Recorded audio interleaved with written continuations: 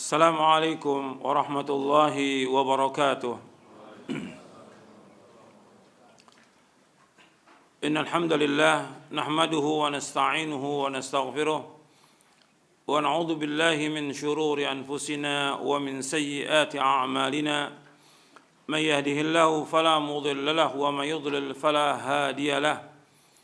Asyhadu an la ilaha illallah wahdahu la syarika lahu wa asyhadu anna Muhammadan abduhu wa rasuluh. Ya ayyuhalladzina amanu taqullaha haqqa tuqatih wa la tamutunna illa wa antum muslimun. Ya ayyuhan nasu taqu rabbakumul ladzi khalaqakum min nafsin wahidah wa khalaqa minha zawjaha wa batha minhuma rijalan katsiran wa nisaa'a. Wattaqullaha alladzi tasaaluna bihi wal arham innallaha kana 'alaikum raqiba. يا أيها الذين آمنوا اتقوا الله وقولوا قولا سديدا يصلح لكم أعمالكم ويغفر لكم ذنوبكم ومن يطع الله ورسوله فقد فاز فوزا عظيما. أما بعد فإن أصدق الحديث كتاب الله وخير الهدي هدي محمد صلى الله عليه وعلى آله وسلم وشر الأمور محدثاتها وكل محدثة بدعة وكل بدعة ضلالة وكل ضلالة في النار. Ayyuhal ikhwah, a'azakumullah, kepada jamaah Masjid Nurut Tauhid yang mudah-mudahan dirahmati oleh Allah SWT, dan kepada seluruh kaum muslimin pendengar Radio Roja dan pemirsa TV Roja yang mudah-mudahan dirahmati oleh Allah SWT. Alhamdulillah, kita bersyukur kepada Allah Subhanahu wa taala atas segala nikmatnya, nikmat iman, nikmat Islam, nikmat diberikan hidayah di atas sunnah Nabi sallallahu alaihi wasallam, nikmat diberikan waktu yang luang untuk menuntut ilmu syar'i, dan nikmat yang lain yang sangat banyak yang wajib kita bersyukur kepada Allah Subhanahu wa taala.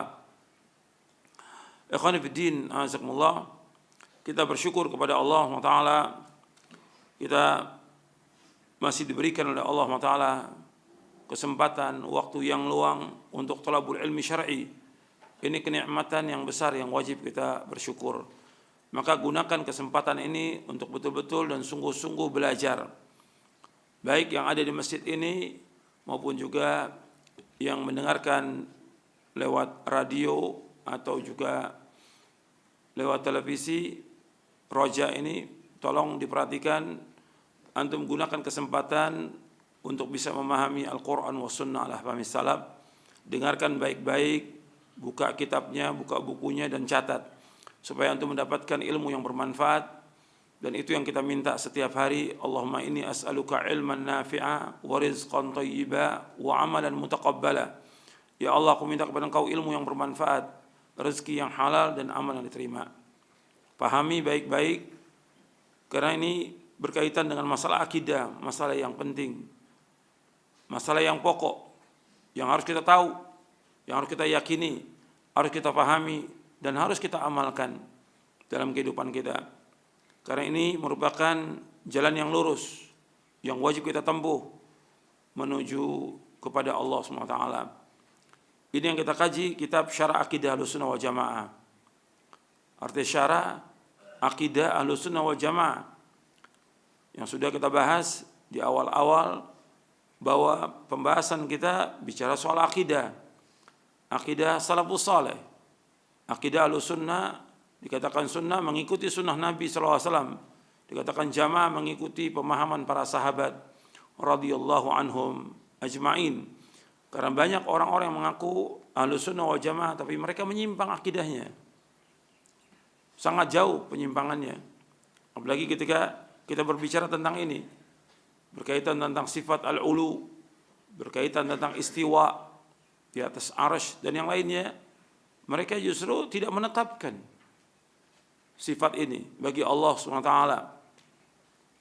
Padahal kita sudah tahu, kita sudah yakin dengan ratusan ayat Al-Quran yang menjelaskan tentang sifat al-ulu bagi Allah SWT.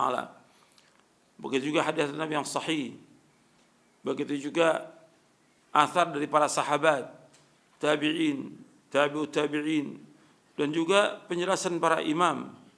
Semuanya sepakat tentang sifat al-ulu. Bahkan dibawakan oleh Al-Imam Ibnu Qayyim Al-Jauziyah dalam kitabnya Ijtima'ul Juyush Al-Islamiyah Al-Ghazwil Mu'attilah wal Jahmiyah. Beliau menjelaskan di akhir buku itu, kata beliau, kalau seandainya mau aku akan bawakan 1000 dalil. Beliau bawakan ayat Al-Quran, hadis Nabi yang sahih, kemudian juga dibawakan perkataan para sahabat, perkataan para tabi'in, para imam, kemudian dibawakan juga perkataannya jin yang muslim, kemudian juga penjelasan yang Allah sebutkan dalam Al-Quran tentang binatang. Hatta binatang mengakui bahwa Allah itu di atas langit. Dibawakan Ibnu Qayyim. Tapi ini masih ditolak oleh orang yang mengaku ahlu sunnah wal jamaah. Ketika ditanya Allah di mana? Di mana-mana. Ini bertentangan dengan akidah ahlu sunnah wal jamaah. Ketika ditanya tentang Allah di mana? Allah di hati. Ini bertentangan dengan akidah ahlu sunnah wal jamaah. Kita wajib menetapkan sifat al-ulu, sifat tinggi bagi Allah subhanahu wa ta'ala, sebagaimana yang sudah saya jelaskan pada pekan yang lalu. Sekarang kita akan bahas tentang arsy, kursi dan istiwanya Allah di atas arsy. Yang kita akan bahas insyaallah pada pagi ini, pada hari ini, yang kita akan bahas tentang poin yang ke-13 dan poin yang ke-14 tentang arsy-nya Allah dan istiwanya Allah di atas arsy. Ini 2 poin yang kita akan bahas pada hari ini.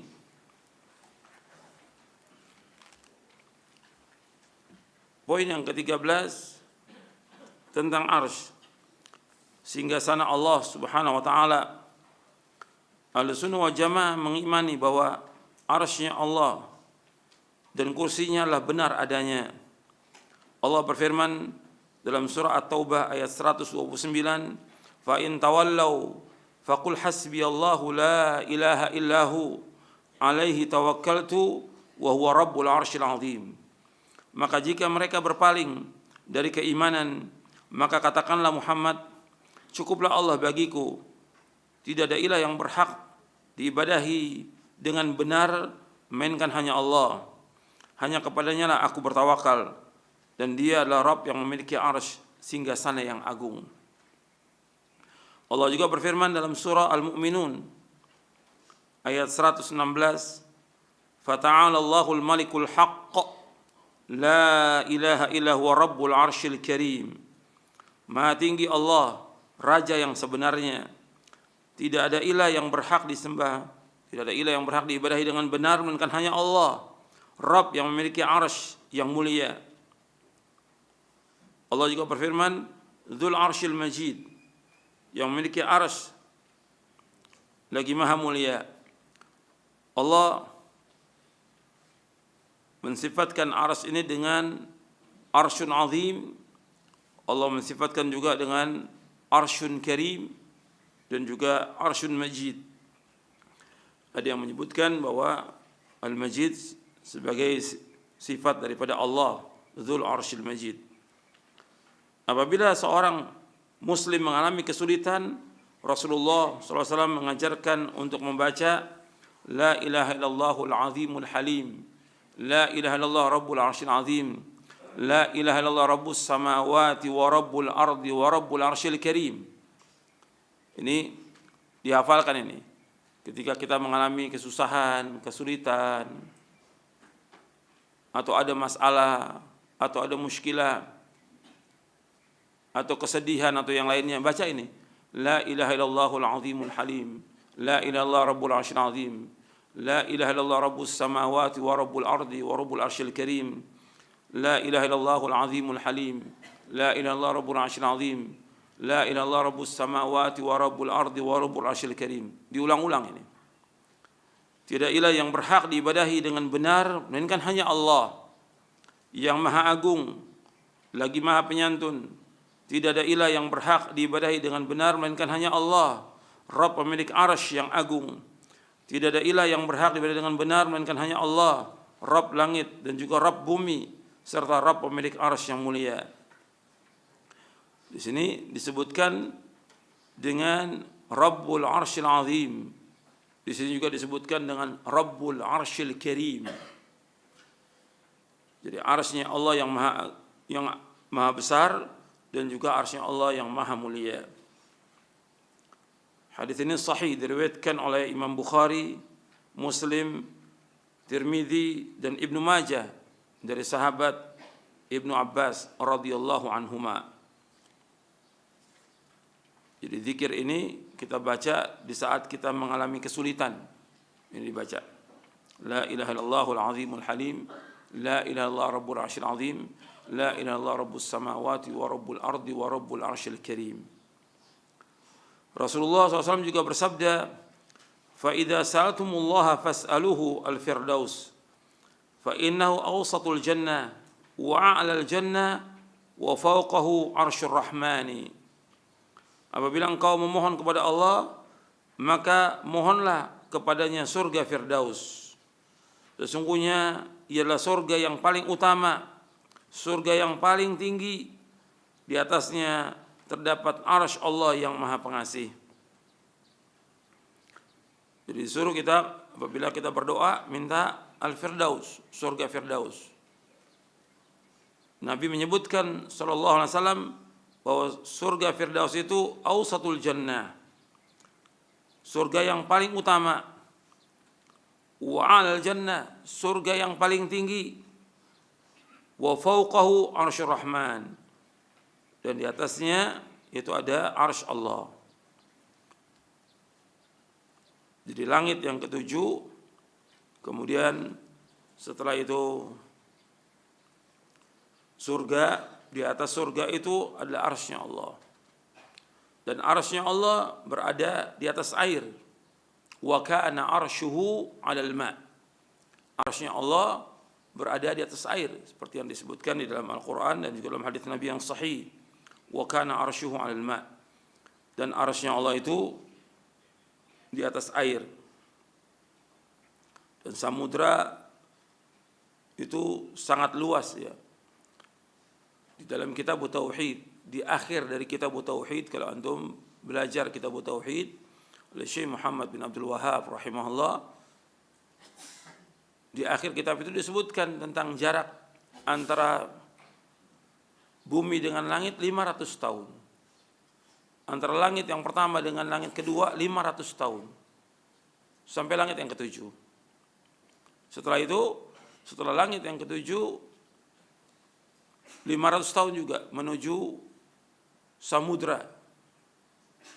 Jarak samudra itu dari dasarnya sampai ke atas 500 tahun. Kemudian di atasnya lagi arsyur rahman. Ini menunjukkan tentang kebesaran Allah, keagungan Allah Subhanahu wa taala, dan tidak ada satupun yang terluput dari ilmunya Allah. Meskipun Allah berada di atas arsy yang jaraknya sangat jauh dengan bumi, semua tidak ada satupun yang terluput dari ilmunya Allah. Qad ahata bikulli syai'in ilma. Bahwa ilmunya Allah meliputi segala sesuatu. Di sini kita berbicara tentang makhluk Allah yang paling besar. Yang maha besar makhluknya Allah yaitu arsy. Dari seluruh makhluk yang ada ini yang paling besar arsy-Nya Allah. Arsyur Rahman. Ini paling besar. Maka kita disuruh untuk meminta surga Firdaus, yang di atas surga Firdaus itu adalah Arsyur Rahman. Arsy adalah singgasana. Hadis tentang apabila kalian minta kepada Allah, mintalah surga Firdaus. Kita bisa minta Allahumma inni as'alukal jannatal firdausal a'la wa a'udzubika minan nar. Allahumma inni as'alukal jannatal firdausal a'la wa a'udzubika minan nar. Allahumma inni as'alukal jannatal firdausal a'la wa a'udzubika minan nar. Ya Allah, aku minta kepada Engkau surga Firdaus yang tinggi dan aku berlindung dari api neraka. Nabi menganjurkan kita sallallahu alaihi wasallam untuk minta kepada Allah surga 3 kali. Maka surga mengatakan, ya Allah, masukkan dia ke dalam surga. Dan Nabi menyuruh kita untuk berlindung. Nabi SAW menyuruh kita untuk berlindung kepada Allah dari api neraka. Maka neraka juga mengatakan, ya Allah, lindungi orang itu dari api neraka. Di surga yang paling tinggi yang kita minta surga Firdaus, yang paling utama, paling tinggi. Hadisnya sahih, diriwayatkan oleh Imam Bukhari, Ahmad, dan Ibnu Abi Asim dari sahabat Abu Hurairah radhiyallahu an. Arsy adalah singgasana yang memiliki beberapa tiang yang dipikul oleh para malaikat. Ia menyerupai kubah bagi alam semesta. Arsy juga merupakan atap seluruh makhluk. Jadi atap seluruh makhluk ini adalah arsy. Arsy Allah dipikul oleh para malaikat, dan jarak antara pundak malaikat tersebut dengan telinganya sejauh perjalanan 700 tahun.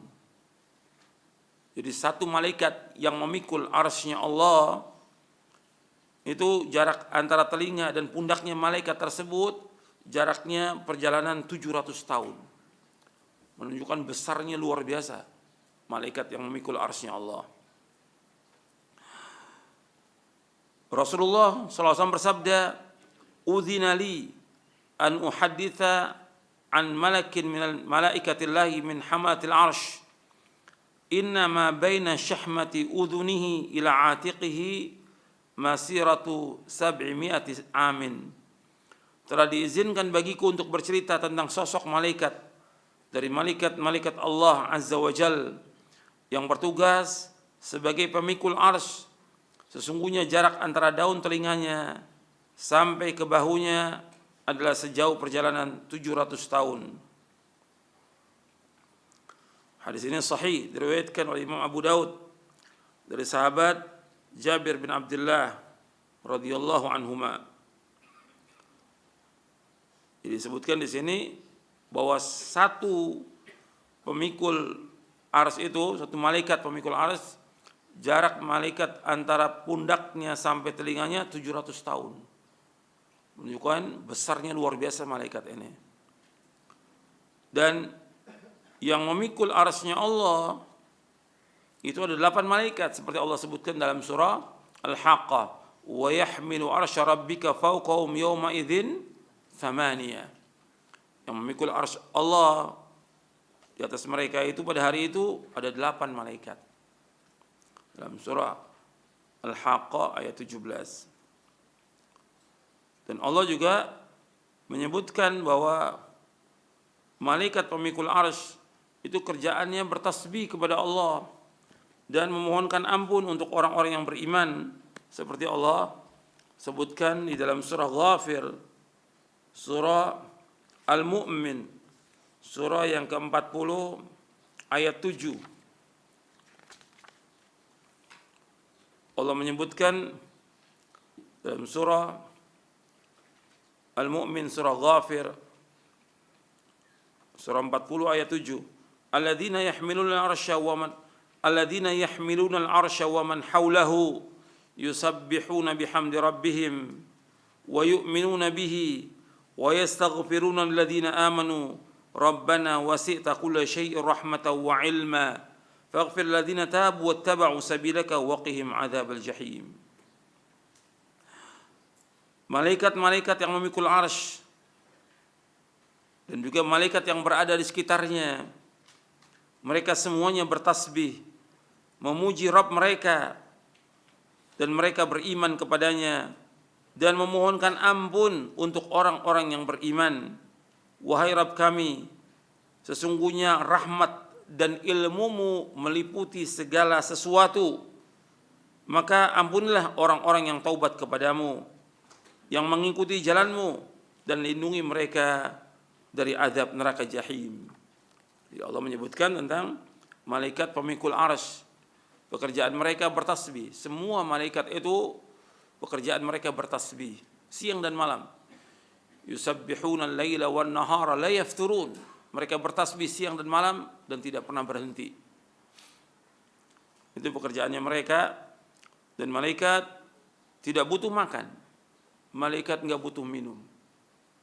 Allah ciptakan demikian pekerjaan mereka untuk bertasbih kepada Allah Subhanahu wa taala.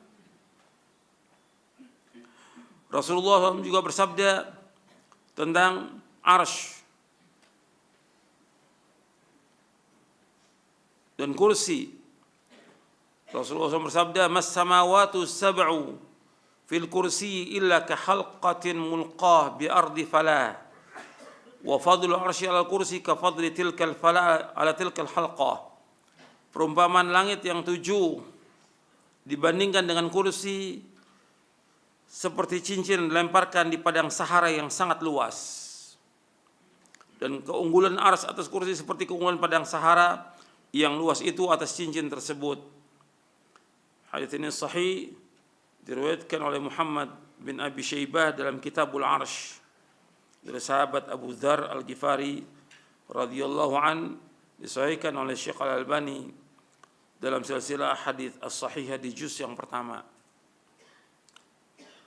Jadi di sini disebutkan perumpamaan langit yang 7 dengan kursi. Allah menyebutkan tentang kursi beda dengan arsy. Kursi Allah menyebutkan wasi'a kursiyuhus samawati wal ard. Kursinya Allah meliputi langit dan bumi. Kursi meliputi langit dan bumi. Yang dimaksud dengan kursi seperti disebutkan dari Sa'id bin Jubair, dari sahabat Ibnu Abbas radhiyallahu anhuma ketika menafsirkan ayat, yaitu ayat kursi dalam surah Al-Baqarah ayat 255, wasi'a kursiyus samawati wal ard. Dikatakan oleh Ibnu Abbas, al-kursiyu mawdi'ul qadamaini wal arsyu la yaqduruhu qadrahu illallah ta'ala. Kursi adalah tempat meletakkan kedua kaki Allah, sedangkan arsy tidak ada yang dapat mengetahui ukuran besarnya melainkan hanya Allah. Ini sahih riwayatnya, diriwayatkan oleh Imam Tabrani dalam Mu'jamul Kabir. Artinya athar ini athar dari Ibnu Abbas yang menafsirkan tentang makna kursi. Maknanya kursi itu adalah maudhi'ul qadamain, tempat meletakkan kedua kaki Allah, dan arsy tidak ada yang tahu kecuali hanya Allah Ta'ala. Dijelaskan dalam hadis Jabir bin Abdullah, dalam hadis Abu Dzar Al-Ghifari, bahwa langit yang 7 dibandingkan dengan kursi itu seperti cincin atau gelang yang dilemparkan di tengah padang pasir yang sangat luas. Jadi langit yang 7 dengan kursi, kalau kita umpamakan ini meja ini merupakan padang pasir yang sangat luas.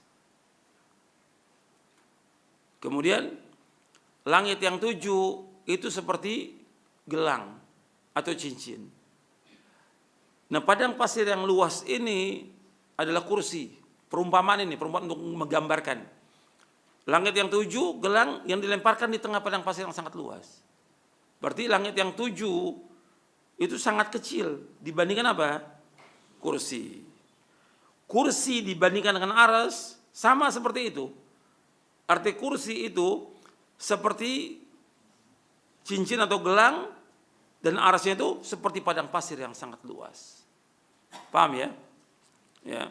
Jadi perumpamaan antara kursi dengan langit yang 7, langit yang 7 itu seperti cincin atau gelang yang dilemparkan di tengah padang pasir yang luas. Padang pasir yang luas itu diumpamakan seperti kursi. Berarti kecil benar itu, langit yang 7. Dibandingkan dengan apa? Kursi. Dan sekarang kursi dengan arsy, kursi itu tempat injakan kaki Allah kecil dibandingkan dengan arsy Allah yang sangat besar. Jadi menunjukkan Allahu Akbar, Allah itu maha besar. Ini wajib kita imani. Jadi kursi bukan ilmu, kursi bukan arsy. Kursi diartikan oleh Ibnu Abbas, dan kita dalam menafsirkan ayat Al-Quran, yang pertama ayat dengan ayat, yang kedua ayat dengan hadis Nabi SAW, yang ketiga ayat dengan penjelasan para sahabat, kemudian baru setelah itu penjelasan tabi'in, baru kemudian kembali kepada lughatul Arab, kembali kepada bahasa Arab. Itu dijelaskan oleh Al-Hafidz Ibnu Katsir dalam muqaddimah tafsirnya, dan juga oleh Syekhul Islam dalam muqaddimah usul tafsir.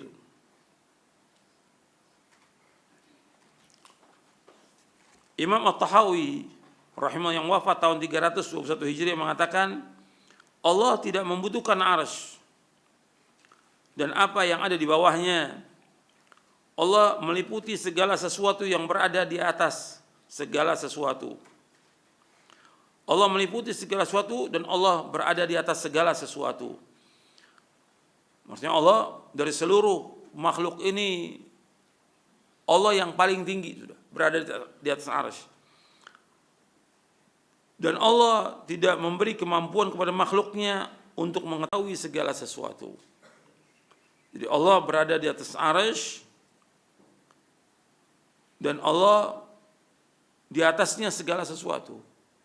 Artinya makhluk yang Allah ciptakan semuanya ini, maka Allah berada di atasnya. Dan sudah kita bahas pada pekan yang lalu tentang sifat al-ulu, bahwa sifat ulu itu merupakan sifat yang sempurna bagi Allah Subhanahu wa taala. Kemudian Imam Ibnu Abil Izz Al-Hanafi berkata, kalau tadi Imam At-Tahawi rahimahullah yang wafat tahun 321 Hijriah dalam akidah At-Tahawiyah. Kemudian Ibnu Abil Izz mengatakan, beliau Imam At-Tahawi ingin menjelaskan bahwasanya Allah Azza wa Jalla menciptakan arsy dan Allah bersemayam di atas arsy bukanlah karena Allah Azza wa Jalla membutuhkan arsy, tetapi Allah mempunyai hikmah tersendiri tentang hal itu. Artinya Allah berada di atas arsy bukannya Allah butuh kepada arsy, tapi karena Allah SWT mempunyai hikmah yang sangat besar untuk menciptakan arsy itu dan juga istiwa di atasnya. Sekarang kita masuk poin yang ke-14. Ahlussunnah wal Jamaah menetapkan istiwa, pastinya bersemayamnya Allah di atas arsy. Termasuk iman kepada Allah adalah iman kepada apa yang diturunkan oleh Allah Azza wa Jalla dalam Al-Quran yang telah diriwayatkan secara mutawatir dari Rasulullah SAW serta yang telah disepakati oleh generasi pertama dari umat ini, yaitu para sahabat, bahwasanya Allah berada di atas semua langit. Allah istiwa di atas arsy. Maha tinggi Allah di atas segala makhluk ciptaannya. Allah Azza wa Jalla tetap bersama mereka di mana saja mereka berada, yaitu Allah Maha mengetahui apa yang mereka perbuat. Dalil-dalil tentang Allah berada di atas langit sudah kita bahas di poin yang ke-12. Sudah kita bahas ayat-ayatnya. Bisa juga dilihat lagi nanti di footnote itu ada surah Al-Mulk ayat 16, 17, Al-An'am ayat 18, ayat 61, An-Nahl ayat 50, Al-Mu'min, surah Ghafir ayat 36, 37 dan surah Fatir ayat 10. Dan masih banyak lagi yang lain. Masih puluhan ayat atau ratusan ayat berkaitan dengan Al-Ulu. Adapun tentang istiwa Allah di atas arsy, Allah sebutkan dalam 7 tempat. Itu ada di footnote. Untuk melihat di halaman 205 poin yang ke-14 dan footnote nomor 275. Jadi dalil-dalil tentang istiwa Allah di atas arsy disebut oleh Allah dalam 7 tempat. Dalam surah Al-A'raf yang nanti kita akan baca ini ayat 54, surah Yunus ayat 3, surah Ar-Ra'd ayat 2, surah Thaha ayat 5, surah Al-Furqan ayat 59, surah As-Sajdah ayat 4 dan surah Al-Hadid ayat 4. Di surah Al-A'raf ayat 54 Allah berfirman, "Inna rabbakumullahu alladzi khalaqas samawati wal arda fi sittati ayamin thumma istawa 'alal 'arsy yughshil laila an-nahara yatlubuhu hathitha wasyamsa wal qamara wan nujuma musakhkharatin bi amri ala lahul khalq wal amr tabarakallahu rabbul alamin." Allah berfirman, "Inna rabbakumullahu alladzi khalaqas samawati wal arda fi sittati ayamin." Sesungguhnya Allah Rabb kalian adalah Allah yang menciptakan langit dan bumi dalam 6 masa. Tsumma istawa 'alal 'arsy. Kemudian Allah bersemayam di atas arsy. Yughshil laila an-nahara yatlubu hathitha. Allah menutup malam kepada siang yang mengikutinya dengan cepat. Wasyamsa wal qamara wan nujuma musakhkharatin bi amri. Dan Allah menciptakan matahari, bulan dan bintang tunduk kepada perintahnya. Ala lahul khalq wal amr. Ingatlah, segala penciptaan dan urusan menjadi hak Allah. Tabarakallahu rabbul alamin. Maha suci Allah dan maha barakah Rabb seluruh alam. Tentang ayat ini dijelaskan oleh Al-Hafidz Ibnu Katsir di dalam tafsirnya. Saya akan bacakan penjelasan Al-Hafidz Ibnu Katsir dalam tafsirnya tentang ayat ini.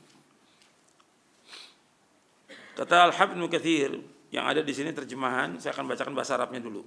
Dari tafsir Ibnu Katsir ketika menafsirkan surah Al-A'raf ayat 54. Wa amma qawlu ta'ala thumma istawa al-'arsy falinnasi fi hadzal maqami maqalatun katsiratun jiddan.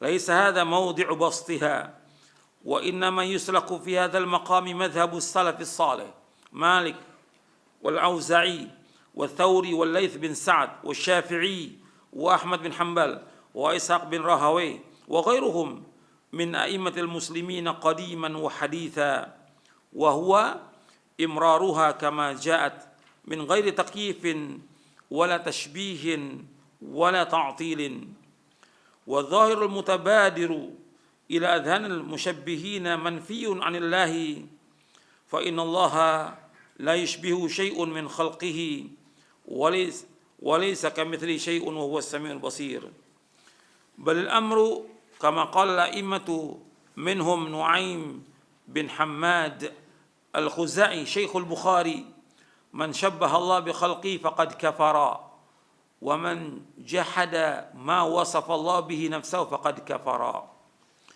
وليس فيما وصف الله به نفسه ولا رسوله تشبيه فمن أثبت لله تعالى ما ورد به الآيات آيات الصريحة والأخبار الصحيحة على الوجه الذي يليق بجلال الله تعالى ونفى عن الله تعالى النقائص فقد سلك سبيل الهدى. Kata Al-Hafidz Ibnu Katsir, untuk dia terjemahannya di halaman 206 dari buku ini, pandangan kata Al-Hafidz Ibnu Katsir rahimahullah yang wafat tahun 774 Hijriah. Pandangan yang kami ikuti berkenaan dengan masalah ini adalah pandangan salafus saleh seperti Imam Malik, Imam Al-Auza'i, Imam Sufyan Ats-Tsauri, Imam Laits bin Sa'ad, Imam Asy-Syafi'i, Imam Ahmad bin Hanbal, Imam Ishaq bin Rahawayh dan para imam lainnya sejak dahulu hingga sekarang, yaitu imraruha kama ja'at. Arti membiarkannya sebagaimana adanya, sebagaimana datangnya. Arti prinsip dalam kita berbicara tentang sifat-sifat Allah, imraruha kama ja'at. Menetapkannya, membiarkannya sebagaimana datangnya. Min ghairi takyifin wala tashbihin wala ta'til. Tanpa takyif. Artinya kita menafsirkan ayat itu sebagaimana datangnya. Jangan diartikan dengan ra'yu kita atau dengan pendapat yang lain. Artinya sebagaimana adanya seperti itu. Tanpa takyif, tanpa mempersoalkan kaifiatnya atau hakikatnya, tanpa tashbih, tanpa penyerupaan, dan tanpa ta'til, tanpa penolakan. Dan setiap makna yang zahir yang terlintas pada benak orang yang menganut faham musyabbiha, menyerupakan Allah dengan makhluknya, maka makna tersebut sangat jauh dari Allah SWT. Karena tidak ada sesuatu pun dari ciptaan Allah yang menyerupai Allah. Seperti yang Allah firmankan, laisa kamitslihi syai'un wa huwas samiul basir. Tidak ada sesuatu pun yang sama dengan Allah, dan Allah Maha mendengar, Allah Maha melihat. Tapi persoalannya adalah sebagaimana dikemukakan oleh para imam, di antaranya oleh Imam Nuaim bin Hammad Al-Khuzai, gurunya Imam Bukhari rahimahumullah. Ia pernah berkata, barang siapa yang menyerupakan Allah Azza wa Jalla dengan makhluknya, maka ia telah kafir. Dan barang siapa mengingkari sifat yang telah Allah berikan untuk dirinya sendiri, berarti ia juga telah kafir. Tidaklah apa-apa yang telah disifatkan Allah bagi dirinya sendiri dan oleh Rasulnya merupakan satu bentuk penyerupaan. Barang siapa yang menetapkan bagi Allah Azza wa Jalla setiap apa yang disebutkan pada ayat-ayat Al-Quran Karim yang jelas dan hadis yang sahih dengan pengertian yang sesuai dengan kebesaran Allah, serta menafikan segala kekurangan dari dirinya, berarti ia telah menempuh jalan hidayah, jalan petunjuk. Antum perhatikan, ya, saya ulangi dan tolong semua perhatikan. Antum bisa paham. Penjelasan para imam, semua imam sepakat. Enggak ada yang keluar dari manhaj ini. Seluruh imam, seluruh sahabat semuanya itu sepakat bahwa mereka menetapkan apa yang Allah tetapkan bagi diri Allah, bagi zatnya, dan apa yang ditetapkan oleh Rasulullah untuk Allah SWT. Mereka tidak menafikan, tidak mengingkari, tidak mentakwil, tidak menanyakan tentang bagaimana sifat Allah. Enggak ada seorang sahabat menanyakan bagaimana sifat Allah, enggak ada sama sekali. Artinya semua mereka mengimani. Jadi di sini para imam semuanya mengatakan imraruha kama ja'at. Biarkan dia sebagaimana datangnya.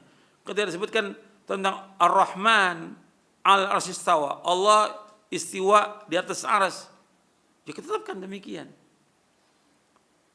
Jangan diartikan dengan yang lain. Istiwa berarti Allah berada di atas arsy. Enggak boleh kita menanyakan bagaimana istiwanya Allah, enggak boleh.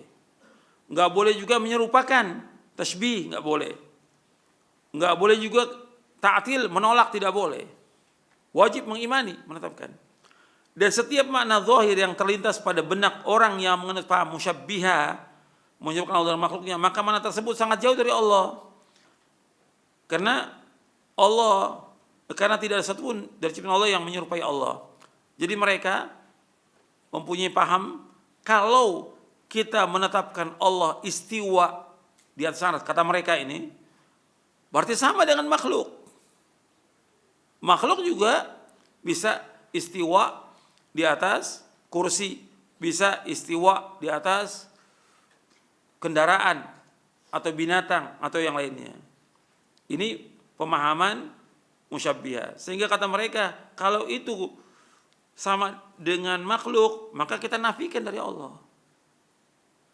Ini pemahaman yang sesat dan menyesatkan. Tidak sama.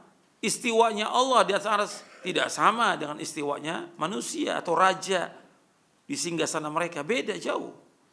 Kita kembali kepada kaidah dari Al-Quran. Allah yang mengatakan laisa kamitslihi syai'un wa huwas samiul basir. Bahwa Allah enggak sama dengan sesuatu dan Allah itu Maha mendengar dan Allah Maha melihat. Jadi enggak sama. Ketika kita menetapkan wajahnya Allah, bukan berarti kita menyamakan Allah dengan makhluknya, karena yang menyebutkan tentang wajahnya Allah dalam Al-Quran. Wa yabqa wajhu rabbika dzil jalali wal ikram. Allah menetapkan.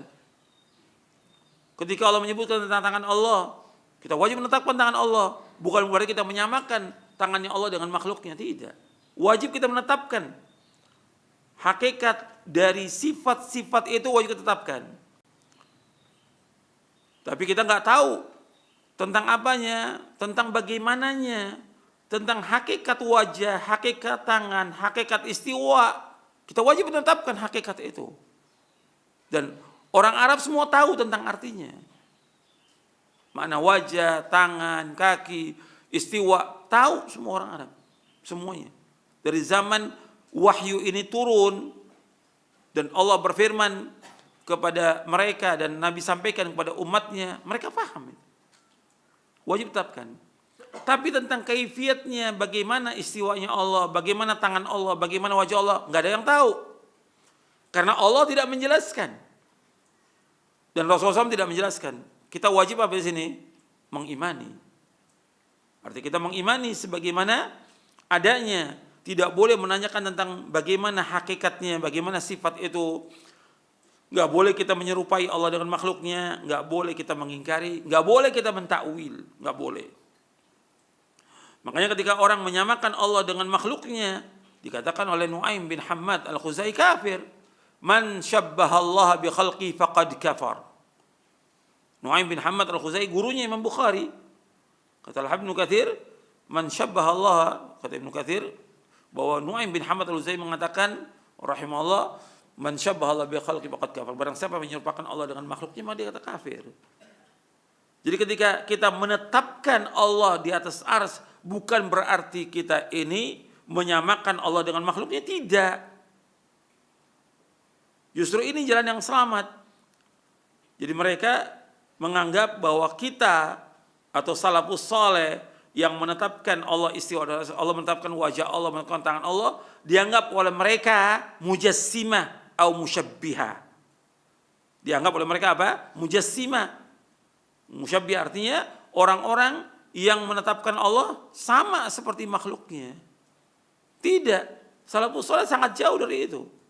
Makanya tegas dikatakan oleh Imam Ahmad, barang siapa yang menyerupakan Allah dengan makhluknya, maka dia kafir. Nggak mungkin salaf itu menyerupakan Allah dengan makhluk. Artinya kita menetapkan sebagaimana yang Allah tetapkan dalam Al-Quran, yang ditetapkan oleh Rasulullah SAW. Barang siapa yang mengingkari sifat yang Allah telah berikan untuk dirinya, berarti juga dia telah kafir.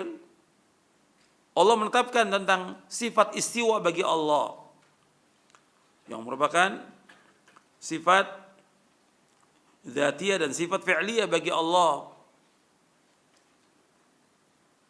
Kita wajib menetapkan. Atau Allah menetapkan wajah, tangan dan yang lainnya, maka kita wajib menetapkan. Barang siapa yang mengingkari sifat itu, maka dia kafir. Jadi kalau kita menetapkan sifat-sifat Allah dan juga sifat-sifat yang disifatkan oleh Rasulnya kepada Allah Ta'ala, maka itu bukan bentuk penyerupaan. Bukan bentuk menyamakan Allah dengan makhluknya, bukan.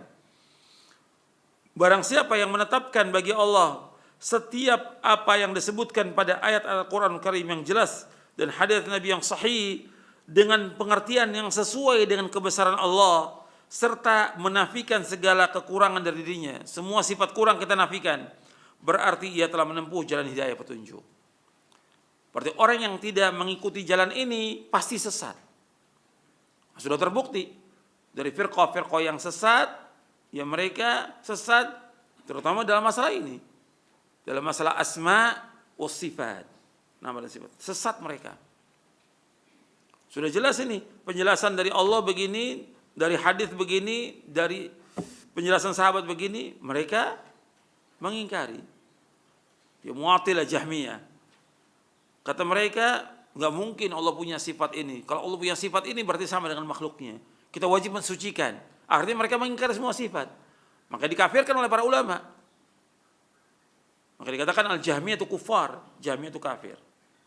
Kemudian diikuti lagi oleh yang lainnya, oleh Mu'tazilah dan yang lainnya. Mereka sesat. Jadi ini tentang istiwanya Allah, semua sepakat semuanya. Kemudian juga dijelaskan oleh Imam Al-Qurtubi dalam tafsirnya Jami' li Ahkamil Quran ketika menafsirkan surah Al-A'raf.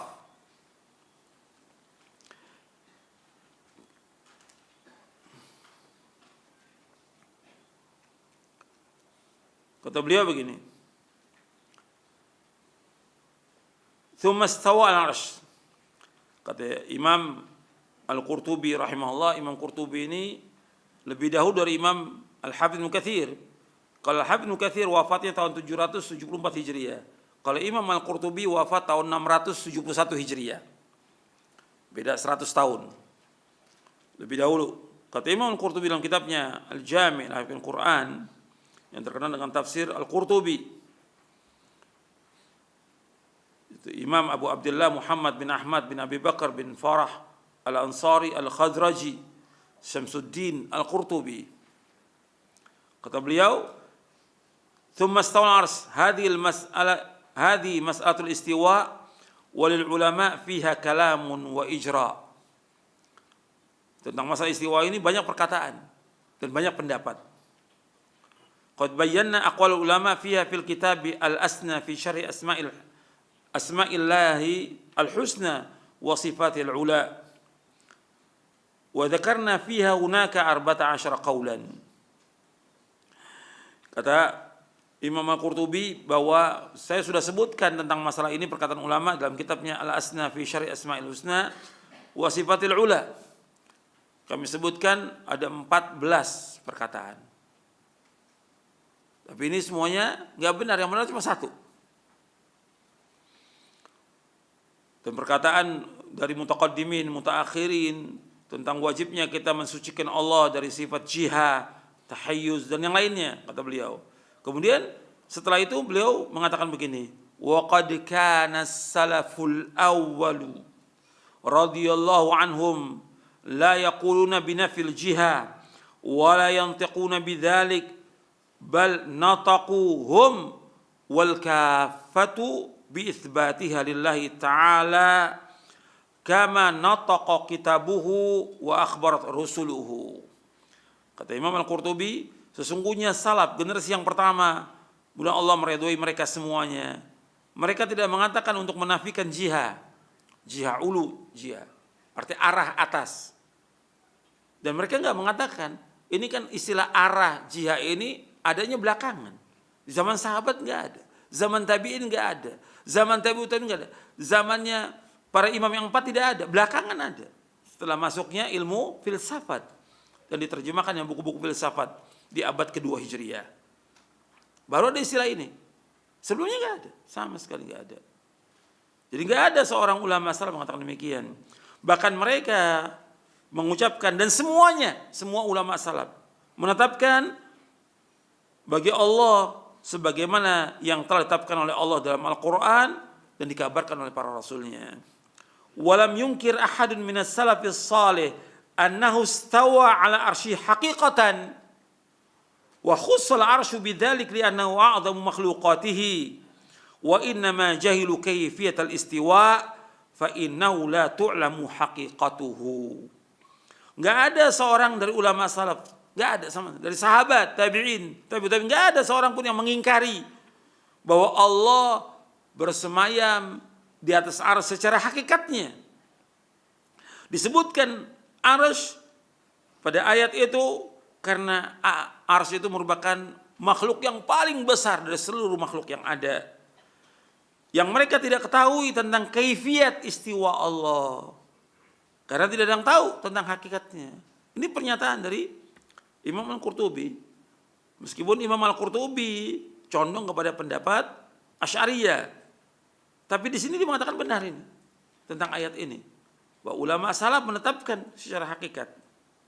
Kemudian dibawakan karena Imam Qurtubi di Kurtubah di Spanyol, dia di sana mazhabnya mazhab Maliki. Kemudian dibawakan perkataan Imam Malik yang nanti kita akan bahas, yaitu al-istiwa ghairu majhul, tentang istiwa itu. Yang dikatakan istiwa, kata beliau, wal istiwa fi kalamil Arab wal ulu wal istiqrar. Yang dikatakan istiwa menurut bahasa Arab yaitu tinggi, sifat tinggi dan menetap di atasnya. Ini perkataan. Sekarang saya bawakan perkataan dari Imam Abul Hasan Ali bin Ismail al-Asy'ari, yang orang mengikuti pemahaman apa? Asy'ariyah. Imamnya tidak seperti yang mereka ikuti itu. Karena memang Abul Hasan al-Asy'ari dalam fase kehidupannya mengalami 3 fase. Yang pertama, fase i'tizal, mengikuti pemahaman Mu'tazilah. Karena beliau Abul Hasan al-Asy'ari yang wafat tahun 324 Hijriah, beliau Abul Hasan ini rahimahullah, waktu dia masih kecil bapaknya meninggal. Kemudian ibunya nikah dengan seorang tokoh Mu'tazilah yang bernama Abu Ali Al-Jubba'i. Sehingga dididiklah Abul Hasan al-Asy'ari ini dengan pemahaman Mu'tazilah dan mengikuti demikian kurang lebih selama 40 tahun. Kemudian fase yang kedua, beliau mengikuti pendapatnya Kullabiyah, Abdullah bin Sa'id bin Kulabiyah. Pada akhirnya Asy'ariyah ini Kulabiyah. Mentakwilkan, menetapkan 7 sifat dan mentakwilkan sifat-sifat yang lainnya. Mengikuti beberapa tahun mengikuti pendapat itu, kemudian terakhir beliau waktu beliau melepaskan jubahnya, karena dia seorang tokoh ya. Saya melepaskan diri dari pemahaman Mu'tazilah. Kemudian dia mengikuti pemahaman Kulabiyah kurang lebih 7 tahun. Setelah itu dia kembali kepada pemahaman akidah salaf. Yang terakhir ini. Yang terakhir yang ditulis bukunya Al-Ibana an Ushulid Diyanah. Ini diakui oleh semua orang yang mengikuti pemahaman Asy'ari, mengakui Al-Ibana. Dan dalam pemahaman orang-orang Asy'ari, mereka menolak tentang sifat ulu, karena mereka mengatakan Allah di mana-mana, dan menolak juga tentang Allah istiwa di atas arsy. Sampai hari ini. Padahal Imam Abul Hasan Asy'ari dalam kitabnya Al-Ibana menjelaskan bahwa beliau menetapkan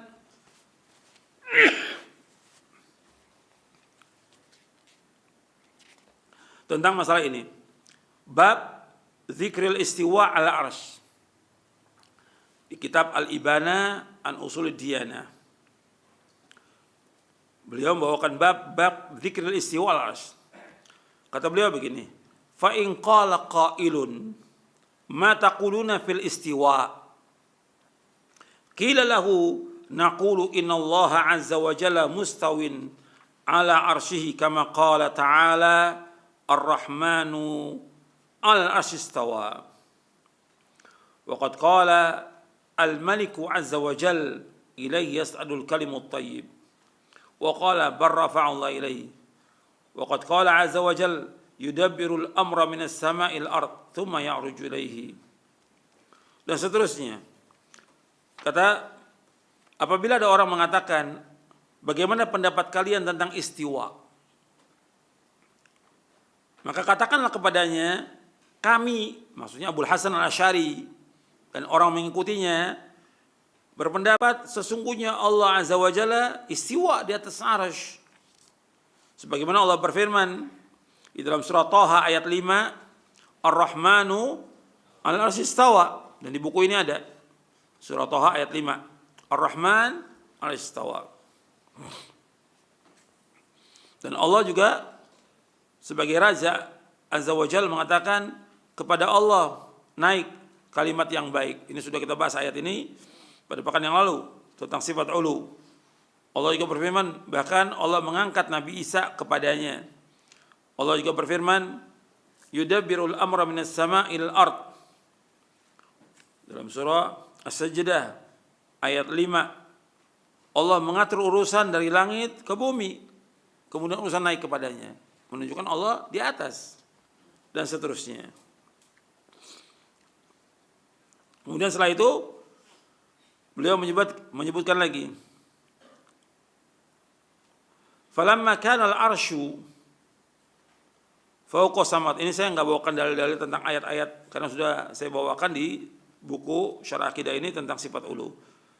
Yang kedua kata beliau, falamma kana al-arsyu fawqa samawat qala amintum man fis sama' li'annahu mustawin 'ala arsyil ladzi fawqa samawat. Wa kullu ma 'ala fa huwa sama' fal arsyu a'la samawat.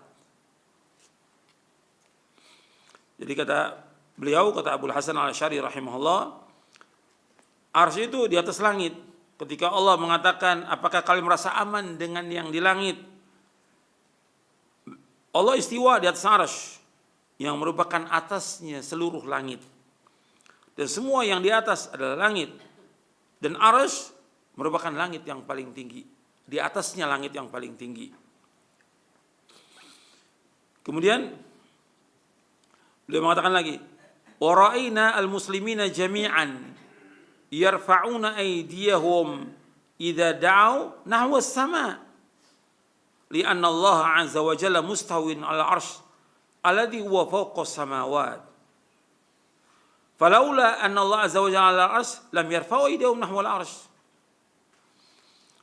Kata Imam Abdul Hasan Al-Asy'ari rahimahullah, kami melihat kaum muslimin seluruhnya, bukannya kaum muslimin aja, atau orang kafir, mengangkat tangannya ketika berdoa ke arah langit. Bukannya kaum muslimin, atau orang kafir, hatta binatang,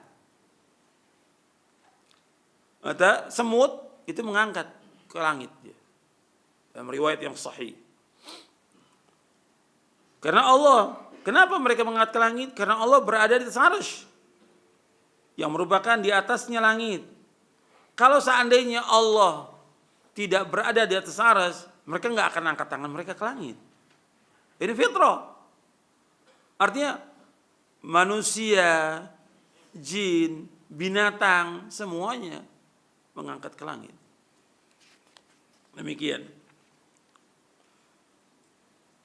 Kemudian disebutkan lagi bantahan dia kepada Mu'tazilah, Jahmiyah, Haruriyah yang mengatakan Ar-Rahman istawa maksudnya istaula. Yang dibantah oleh beliau, mereka mengingkari tentang arsy-Nya Allah, mengingkari tentang mana istiwa diartikan dengan kekuasaan. Kalau seandainya, kata beliau, kalau seandainya yang mereka sebutkan istiwa itu diartikan dengan istaula, berkuasa, walau kana hadza kama dzakaru kana la farqa bainal arsy wal ardi sabi'ah. Kalau dikatakan Allah itu berkuasa, enggak ada bedanya antara arsy dengan langit yang 7. Karena apa? Li'anna Allah azza wa jalla qadirun ala kulli syai'. Allah berkuasa segala sesuatu. Kalau dikatakan Allah istiwa di atas arsy, maksudnya Allah itu berkuasa. Apa bedanya Allah di atas arsy dengan Allah di bumi ini? Allah menguasai semuanya. Allah berkuasa. Dan kalimat ini juga menunjukkan kepada mughalabah istaula itu. Kalau dikatakan istawa diartikan istaula, berarti sebelumnya ada yang menang, ada yang kalah, sehingga dia berkuasa. Dan ini nggak mungkin bagi Allah Taala. Istiwa ya istiwa, nggak bisa diartikan yang lain. Kemudian bantahan banyak ini tentang masalah ini dari beliau. Kemudian kata beliau lagi, Mu'tazilah, Haruriyah, Jahmiyah mengatakan Allah fi kulli makan. Kalau dikatakan di semua tempat, berarti Allah ada di tempat yang suci, tempat yang kotor. Dan ini bertentangan dengan agama. Ta'alallahu an qaulin qulwan kabira. Allah Maha suci dari perkataan mereka, dan Allah itu Maha tinggi, dan Allah Maha besar. Dan yang bantah ini banyak, bukan hanya Abdul Hasan aja tentang perkataan. Syekhul Islam juga bantah dalam kitabnya Al-Fatwa Al-Hamawiyah Al-Kubra. Kitab ini beliau tulis menjelaskan tentang sifat ulu bagi Allah dan istiwa al-arsy. Seperti juga yang ditulis oleh Al-Imam Ibnu Qayyim Al-Jauziyah dalam kitabnya Ijtima'ul Juyush Al-Islamiyah. Al-Ghazwil Jami' wal Mu'attilah. Jadi kata Syekhul Islam Ibnu Taimiyah, saya bacakan sedikit aja penjelasan beliau tentang istiwa Allah di atas arsy. Kata Syekhul Islam Ibnu Taimiyah rahimahullah dalam kitabnya Al-Fatwa Al-Hamawiyah Al-Kubra. Beliau nulis kitab ini karena banyak pertanyaan. Karena di zamannya banyak firqah-firqah yang sesat, yang menafikan Allah di atas langit, yang mengatakan Allah bukannya istiwa, istaula dan segala macam. Beliau ditanya, akhirnya beliau tulis kitab ini dari mulai ba'da zuhur sampai asar, selesai. Ba'da zuhur sampai asar. Kemudian beliau nulis kitab Aqidah Wasithiyah dari ba'da asar sampai maghrib, selesai. Karena semua udah hafal di luar kepala. Ayat Al-Quran, hadis Nabi, perkataan para sahabat, tabi'in, semuanya sudah ditulis. Ba'da zuhur sampai asar. Kata beliau begini, fahadha kitabullah min awwalihi ila akhirihi wa sunnatu rasuli SAW min awwaliha ila akhiriha thumma ammatu kalami sahabati wa tabi'in thumma kalamu sa'ir al-a'immati mamlu'un bima huwa imma nassun wa imma zahirun fi anna Allah subhanahu wa ta'ala fawqa kulli syai'in wa aliyun ala kulli syai'in wa annahu fawqal arsy wa annahu fawqas sama. Kemudian dibawakan dalilnya, banyak dalilnya saya nggak perlu sebutkan. Kitabullah dari yang awal sampai akhir, dan sunnah Rasulullah SAW dari yang pertama, dari yang awal sampai akhir. Kemudian seluruh perkataan para sahabat dan tabi'in, dan seluruh perkataan para imam yang mengikuti Quran wa sunnah fahmi salaf. Ini penuh semuanya dalil, apakah nas yang zahir, jadi iman nas atau iman zahir perkataan mereka, bahwasanya Allah SWT di atas segala sesuatu. Allah Maha Tinggi di atas segala sesuatu. Allah berada di atas langit. Allah berada di atas arsy. Kemudian dibawakan ayat-ayatnya. Itu penjelasan beliau.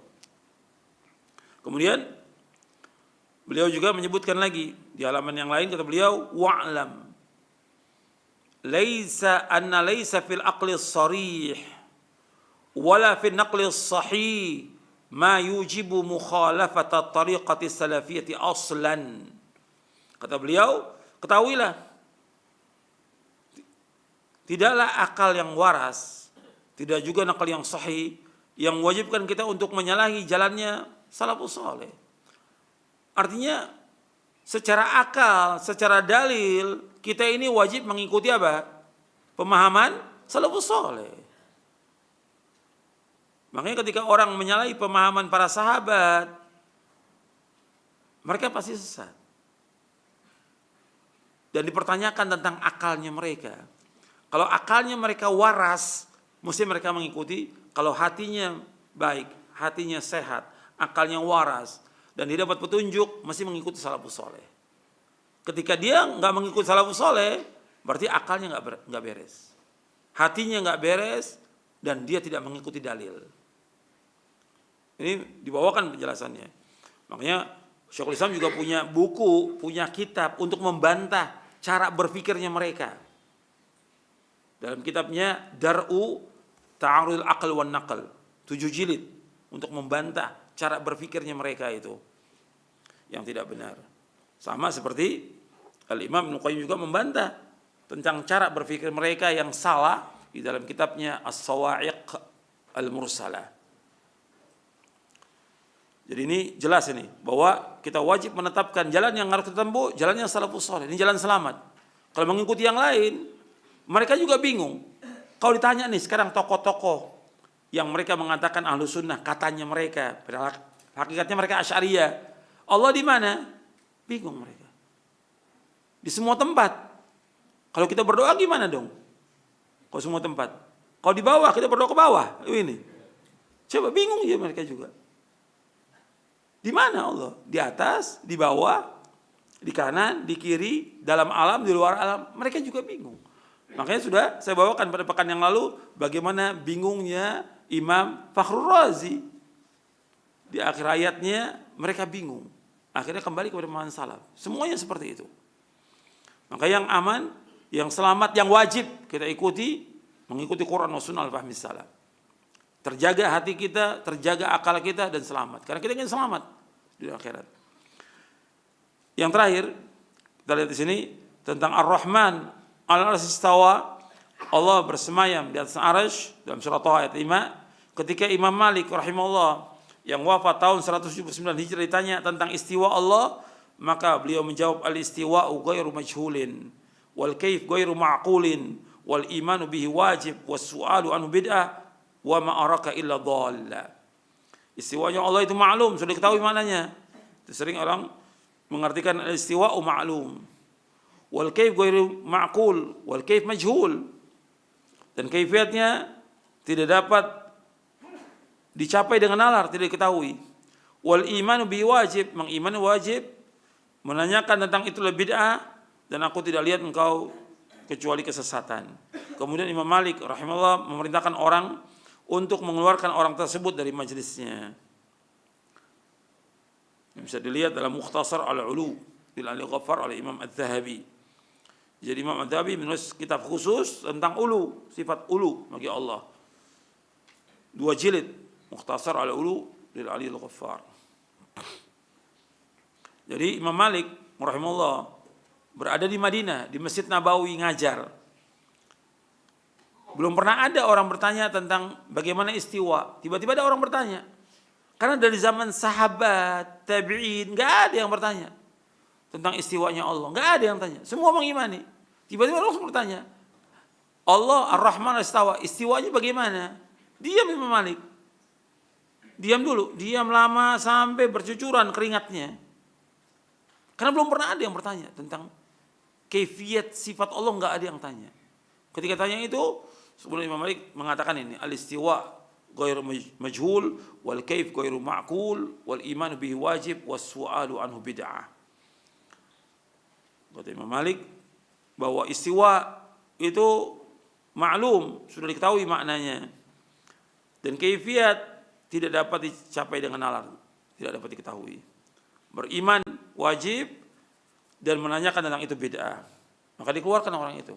Karena bibit ahlul bid'ah. Maka kita nggak boleh bertanya. Yang wajib kita mengimani dan menetapkan apa yang Allah tetapkan untuk dirinya dan telah ditetapkan oleh Rasulnya SAW. Imam Abu Hanifah rahimahullah yang wafat tahun 150 Hijriah, yang terkenal dengan Imam Hanafi, beliau berkata, "Man ankara anna Allah azza wa jalla fis sama' faqad kafara." Barang siapa yang mengingkari bahwa Allah azza wa jalla berada di atas langit, dia mengingkari Allah di atas langit, maka ia telah kafir. Dibawakan oleh Imam Ad-Dabi dalam kitabnya Mukhtasar Al-Ulu lil Aliyah Ghaffar. Ya, sampai sini dulu kajian kita. Mudah-mudahan bermanfaat yang sedikit ini. Kewajiban kita mengimani apa-apa tentang ayat-ayat sifat kita wajib imani. Kemudian kita tidak menanyakan tentang masalah itu. Kita wajib mengimani. Karena para salafus saleh enggak menanyakan. Kita wajib mengimani. Dan kita meyakini bahwa Allah itu maha indah, Allah itu maha agung, Allah itu maha besar. Sehingga dengan kita mengkaji sifat-sifat Allah, bertambah rasa takut kita kepada Allah. Bertambah kecintaan kita kepada Allah. Bertambah rasa harap kita kepada Allah Ta'ala. Itu harus terus. Kalau kita mengkaji tentang Allah yang maha besar, seperti Allah maha besar. Makhluknya Allah yang paling besar arsy. Malaikat-malaikat yang memikul arsy itu makhluk yang besar. Semuanya takut kepada Allah. Semuanya takut kepada Allah. Dan seluruh malaikat apabila Allah mau mengucapkan, Allah mau berfirman, itu baru Allah mau berfirman, pingsan mereka semua malaikat itu. Seperti Allah sebutkan dalam Al-Quran. Baru Allah mau berfirman, mau bicara, takut mereka luar biasa. Ini makhluk yang besar, malaikat. Takut. Sampai kemudian setelah Allah sudah firmankan, baru mereka sadar. Mereka bangun dari pingsannya. Hatta idza fuzza an qulubihim qalu madza qala rabbukum qala al-haq wa huwa al-'aliyyul kabir. Sehingga ketika mereka bangun dari pingsannya, apa yang Allah katakan? Allah mengatakan benar. Allah maha tinggi, Allah maha besar. Takut. Maksudnya kita sebagai makhluk yang kecil, yang lemah, mengimani ini bahwa Allah itu maha besar. Kita wajib bagi seorang mukmin, seorang mukminah mengimani tentang nama dan sifat Allah. Bahwa Allah itu maha besar. Kita wajib mengagungkan Allah. Kita wajib takut kepada Allah Ta'ala. Takut kepada Allah. Takut kepada siksanya. Takut kepada azabnya. Kita juga mencintai Allah yang maha agung, maha besar, maha indah. Nggak ada yang paling indah kecuali Allah Ta'ala. Nggak ada yang paling besar kecuali Allah. Kita mengimani itu, mencintai Allah Ta'ala. Dan Allah sangat sayang kepada kaum mukminin. Kita mengimani itu. Kemudian timbul roja, harap kepada Allah Ta'ala. Mengharapkan rahmatnya Allah yang sangat luas. Kita mengharapkan agar Allah masukkan kita ke dalam surga. Jadi harus seperti itu orang yang beriman. Bukan kita mengkaji sifat-sifat ini cuma sekedar menetapkan ulu, menetapkan istiwa. Bukan hanya itu aja. Tapi bagaimana kita mengagungkan Allah. Bagaimana kita menegakkan ibadah kepada Allah karena Allah menciptakan kita untuk ibadah. Bagaimana kita takut kepada Allah, menjauhkan perbuatan syirik, perbuatan bid'ah, perbuatan maksiat karena Allah Maha mengetahui, Allah Maha melihat dan yang lainnya. Seperti itu harus ada bagi setiap mukmin dan mukminah ketika kita berbicara tentang sifat-sifat Allah. Dan kita wajib juga mengingkari, menafikan semua sifat-sifat yang kurang bagi Allah, sebagai Allah menafikan dari dirinya. Allah menafikan dalam Al-Quran, lam yalid wa lam yulad wa lam yakul lahu kufuwan ahad. Allah tidak beranak, Allah tidak melahirkan dan tidak dilahirkan, dan tidak ada satupun yang sama dengan Allah. Allah mengatakan, la ta'khudhuhu sinatun wala naum. La ta'khudhuhu sinatun wala naum. Allah enggak pernah disentuh oleh ngantuk. Allah enggak pernah tidur selama-lamanya. Kalau Allah enggak ngantuk, Allah enggak tidur, mestinya kita ini tahu bahwa kita terus diawasi oleh Allah, selalu dilihat oleh Allah, sehingga kita berhati-hati dalam hidup ini untuk terus berjalan di atas ketaatan kepada Allah dan menjauhkan segala macam perbuatan syirik, bid'ah dan maksiat. Wallahu alam. Itu aja yang bisa saya sampaikan. Kurang lebihnya saya mohon maaf. Wassalamualaikum warahmatullahi wabarakatuh. Subhanallahi wa bihamdik, asyhadu an la ilaha illa anta astaghfiruka wa atubu ilaik. Assalamualaikum warahmatullahi wabarakatuh.